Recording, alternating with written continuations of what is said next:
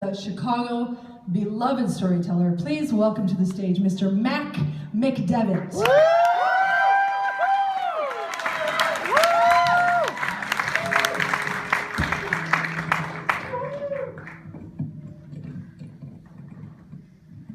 Got to make it for jail here. I grew up sandwiched in the 1950s between two brothers. My older brother, Jimmy, 1 year older. My little brother, Johnny, 2 years younger. Now, Johnny, he was easy. I could wrestle around with him. I could snuggle with him. We'd pull out our cap pistols and play cowboys together. But my older brother, Jimmy, I couldn't even figure out how I was going to get his attention. Jimmy was stringy and tough and bony.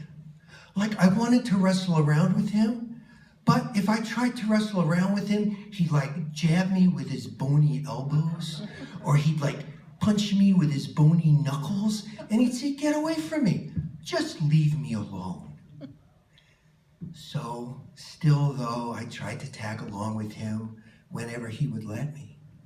And one afternoon, I was about 10 years old, we were heading up the hill on Fairview Avenue because he had some kind of beef with Jimmy Fitzmaurice. And we got up to the house and we pushed open the gate in the white picket fence, and we found Jimmy Fitzmaurice in the backyard. Now, Jimmy Fitz was a big guy. He was at least 2 years older and a good head taller than my brother. Well, there was some pushing, and there was some shoving, and then they got into a real fight. They got into a fist fight. I'd never seen a fist fight in my neighborhood before. And as I stood there watching, I wasn't much of a fighter. But as my brother was getting the worst of it, something just started to rise up out of my belly. So I went around in back of Jimmy Fitz. He wasn't paying any attention to me because I was just a little guy. And I jumped up on his back and I held on really tight and I squeezed. And it didn't make much of a difference. He kept slugging my little brother, my big brother. So, you know that place in your neck where it kind of curves and it meets your shoulder? I think it's an erogenous zone. I sunk my teeth deep into his neck.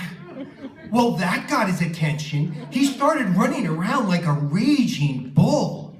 But I had my teeth in his neck in a death grip, and I was not gonna let go.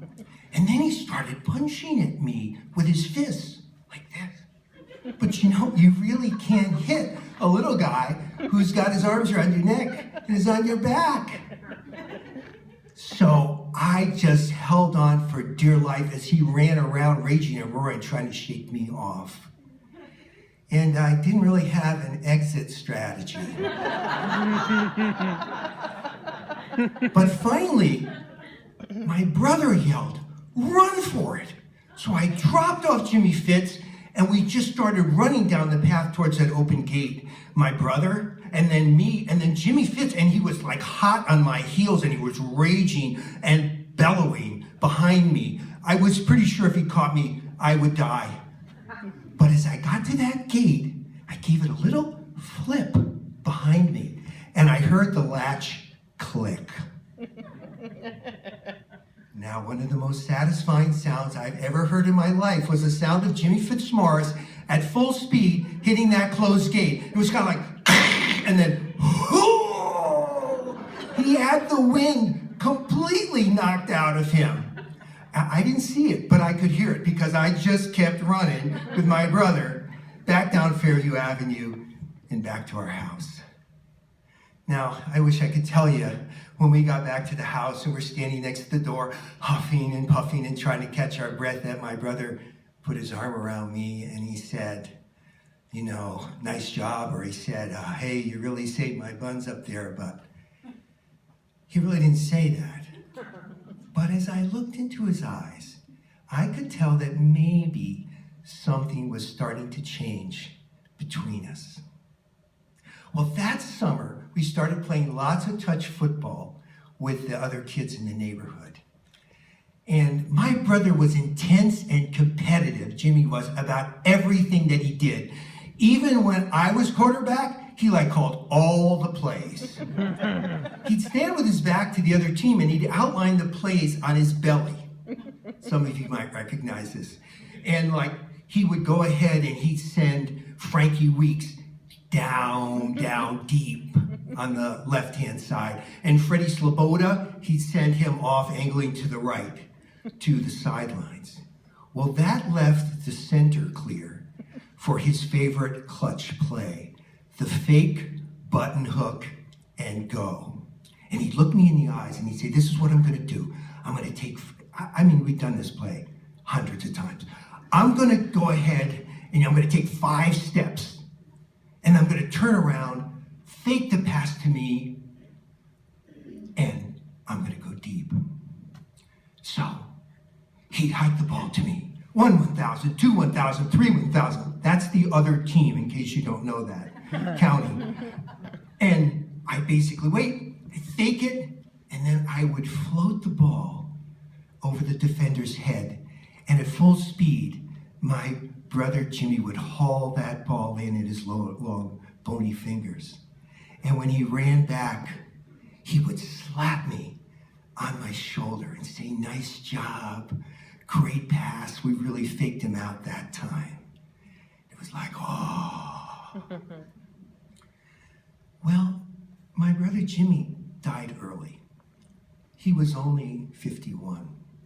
In his 20s, he got increasingly anxious, agitated, depressed. And he only got worse. And finally, he was on disability. In spite of his illness, I still wanted him to be like a real big brother to me. I know it was unreasonable, but we'd make plans and he would back out. Or he wouldn't even show up. It seemed like everything was a struggle for him. So in those years, our relationship was so frustrating. It was full of disappointments and lots of disagreements. He was impossible to deal with, I thought. He thought I was impossible to deal with.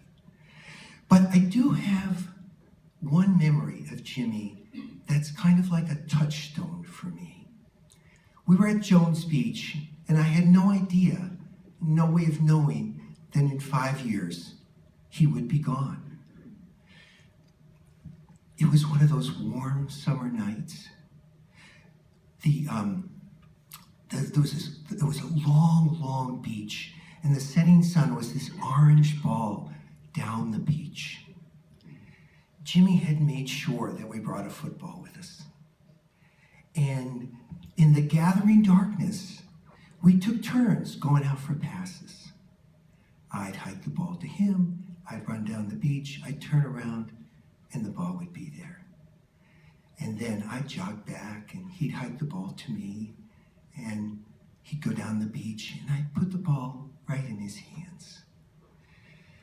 It was like a dance, and the sand was still warm under our bare feet. And we didn't say anything to each other, not a word. And then it was almost full dark. I would go out and turn around, and the ball would come out of the darkness right into my hands. And then when he went out, I couldn't even see him, but I'd throw the ball into the darkness, and I could hear the soft thud of the ball as it landed in his bony fingers. Finally, afraid that the magic spell between us would be broken, I just stopped. I put the ball under my arm. We looked into each other's eyes, one of these and still in silence, we walked back to the car together.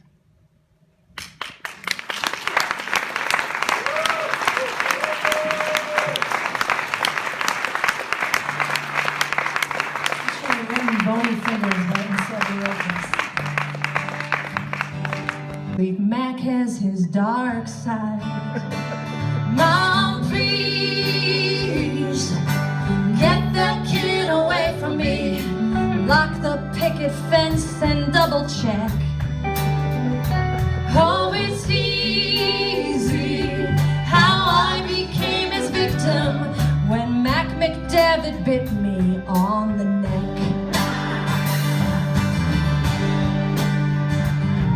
You'd think the guy would have a great big heart. You'd think he'd never tear your skin apart. But underneath that sweetie is a brute, with canines and incisors all to boot. Mom, please get that kid away from me. Lock the picket fence and double check. Oh, it's easy how I became his victim when MacDevitt bit me. Oh, please get that kid away from me. Lock the picket fence and double check. Oh, it's easy how I became his victim when MacDevitt bit me on. When MacDevitt bit me on the neck.